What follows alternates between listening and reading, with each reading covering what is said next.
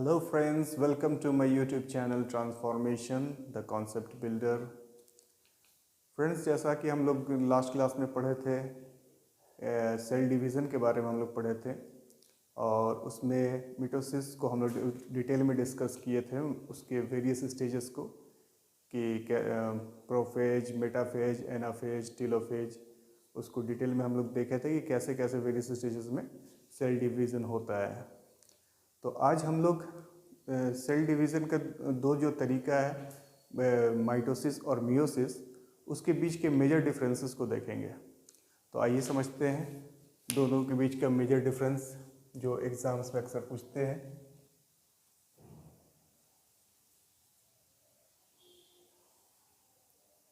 Cell basically दो तरीके से डिवाइड होता है मेनली।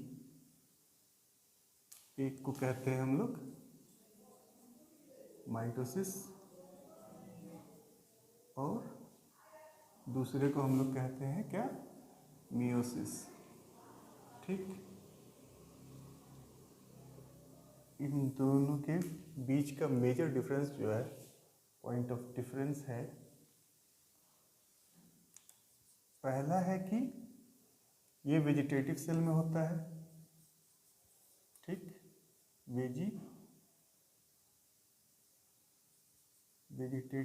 वेजिटेटिव सेल में, वेजिटेटिव और इसी को सोमैटिक सेल बोलते हैं।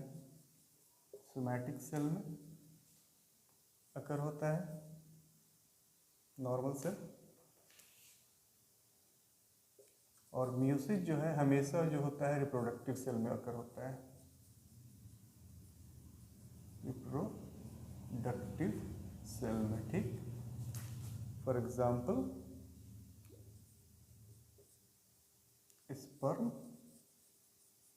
और एग में, एग या ओवा, इसमें मियोसिस होगा, बाकी सारे सेल्स में माइटोसिस होगा। ठीक है, फिर इसमें जो है दूसरा मेजर डिफरेंस है कि एक सेल से दो डॉटर सेल्स बनाएगा, टू डॉटर सेल्स प्रोड्यूस्ड,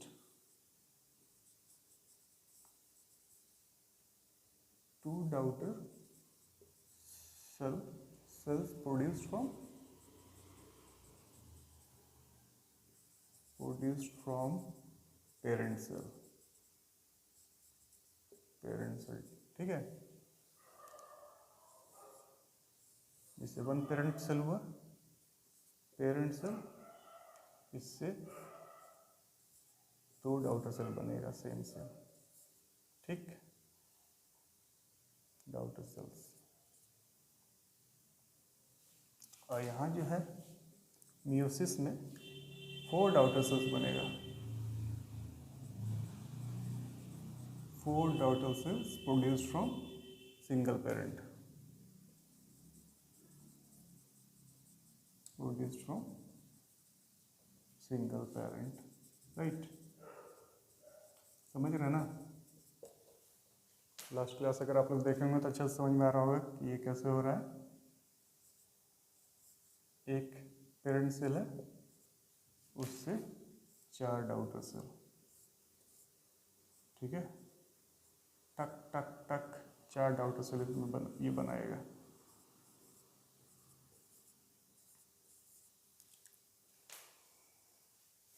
ठीक है, फिर तीसरा जो पॉइंट ऑफ डिफरेंस होगा वो होगा कि daughter cell has same number of chromosome,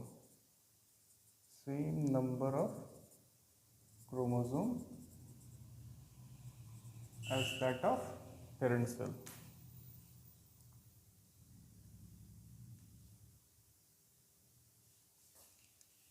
मतलब कि अगर इंडिया के अपना ह्यूमन बॉडी का लेते हैं तो 46 क्रोमोसोम अगर इसका है तो यहाँ जो डॉटर सेल बनेगा इसका भी 46 क्रोमोसोम, यहाँ भी 46 क्रोमोसोम। ठीक, और यहाँ जो है यहाँ 46 क्रोमोसोम, लेकिन यहाँ डॉटर सेल्स में बनेगा ये 23, 23, 23, 23, ठीक है। यहाँ जो है daughter cell has half number of chromosome, half number of chromosome of the as that of parent.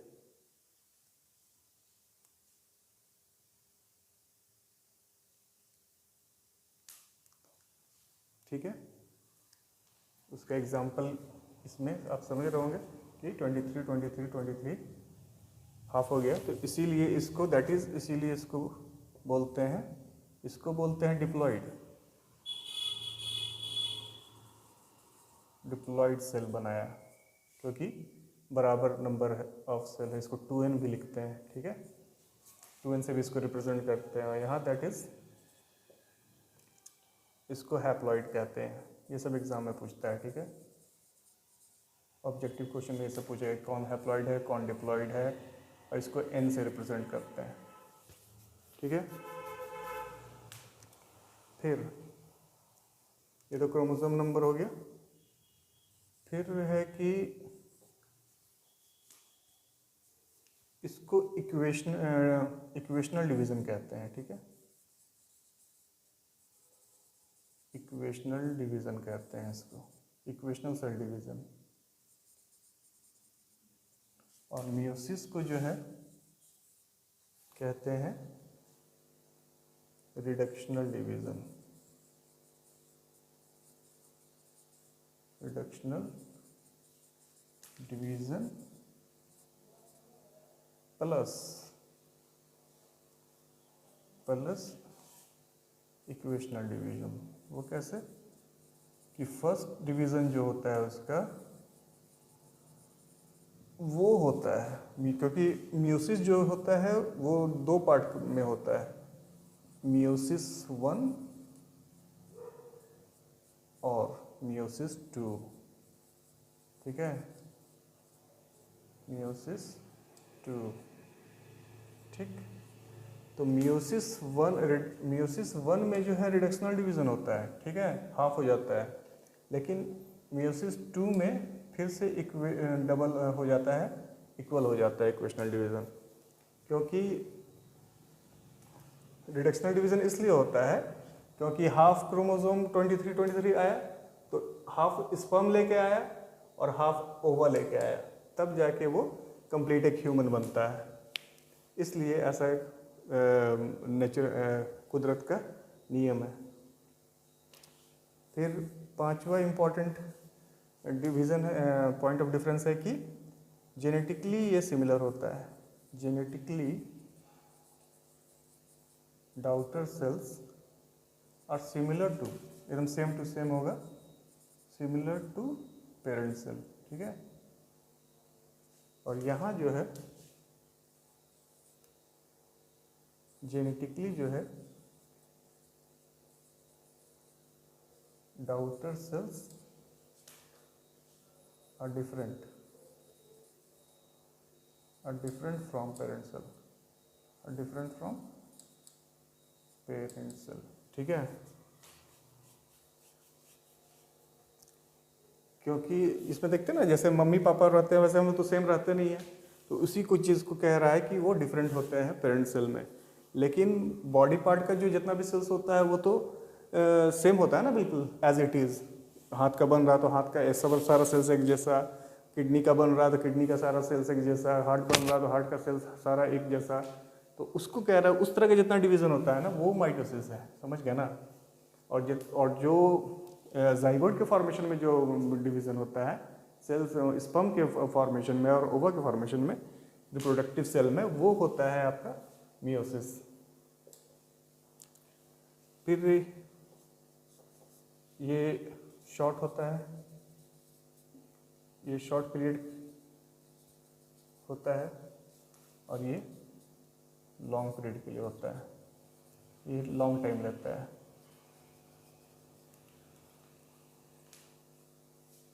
और एक चीज़ समझने के लिए आपको बता दें कि इसमें जो है पहले जो मान लीजिए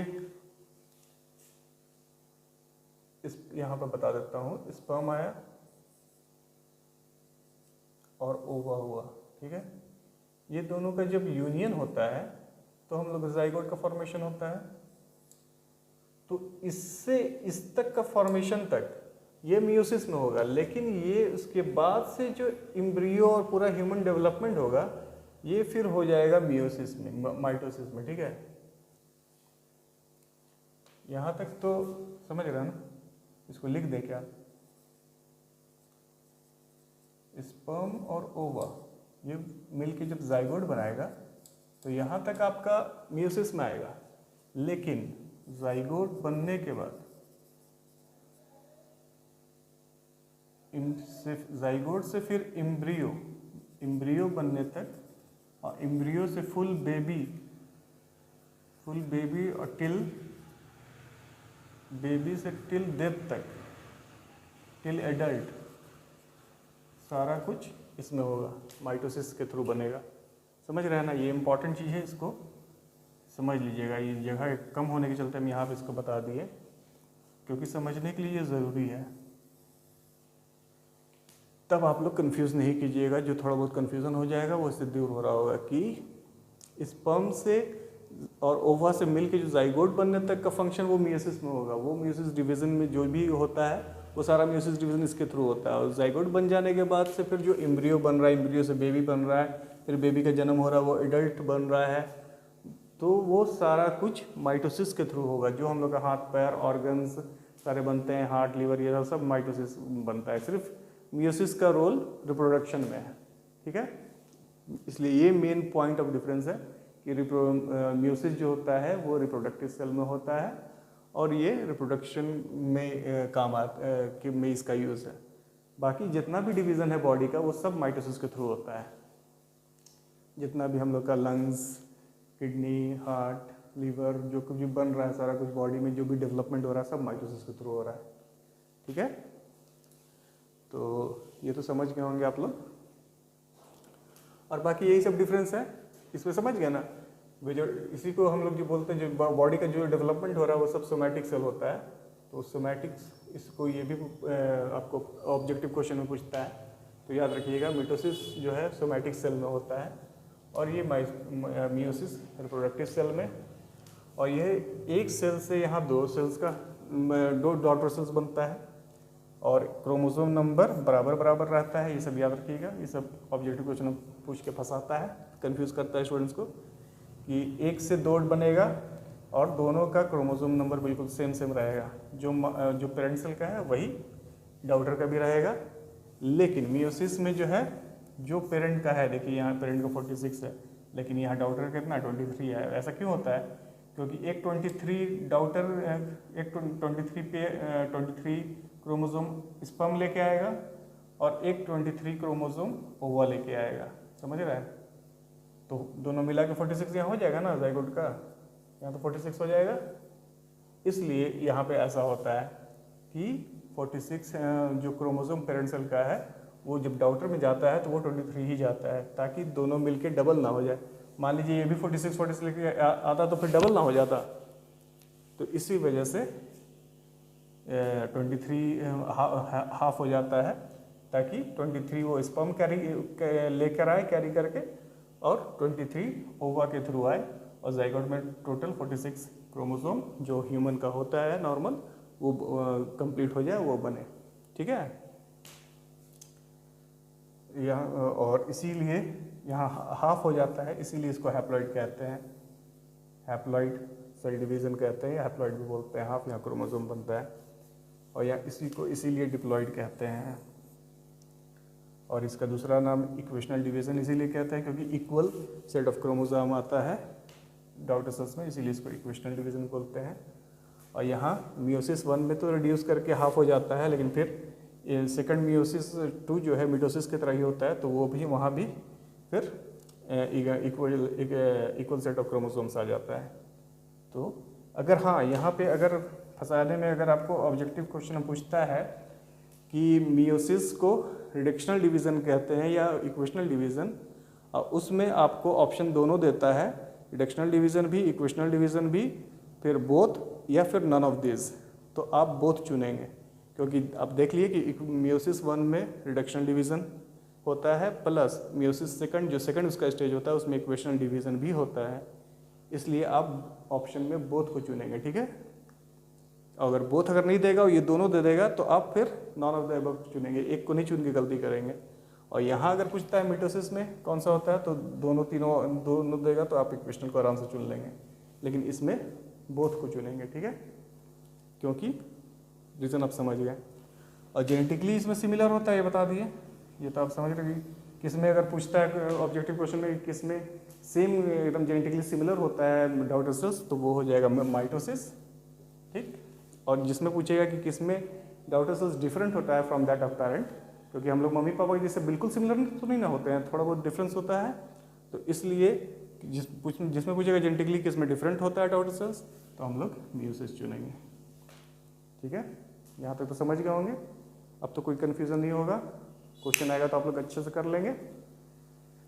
चलिए फिर तो आज के लिए इतना ही, फिर हम लोग नेक्स्ट क्लास में एक नए टॉपिक के साथ मिलेंगे। तब तक अपना ख्याल रखिए, खुश रहिए, सुरक्षित रहिए, हेल्दी रहिए। Okay, good bye.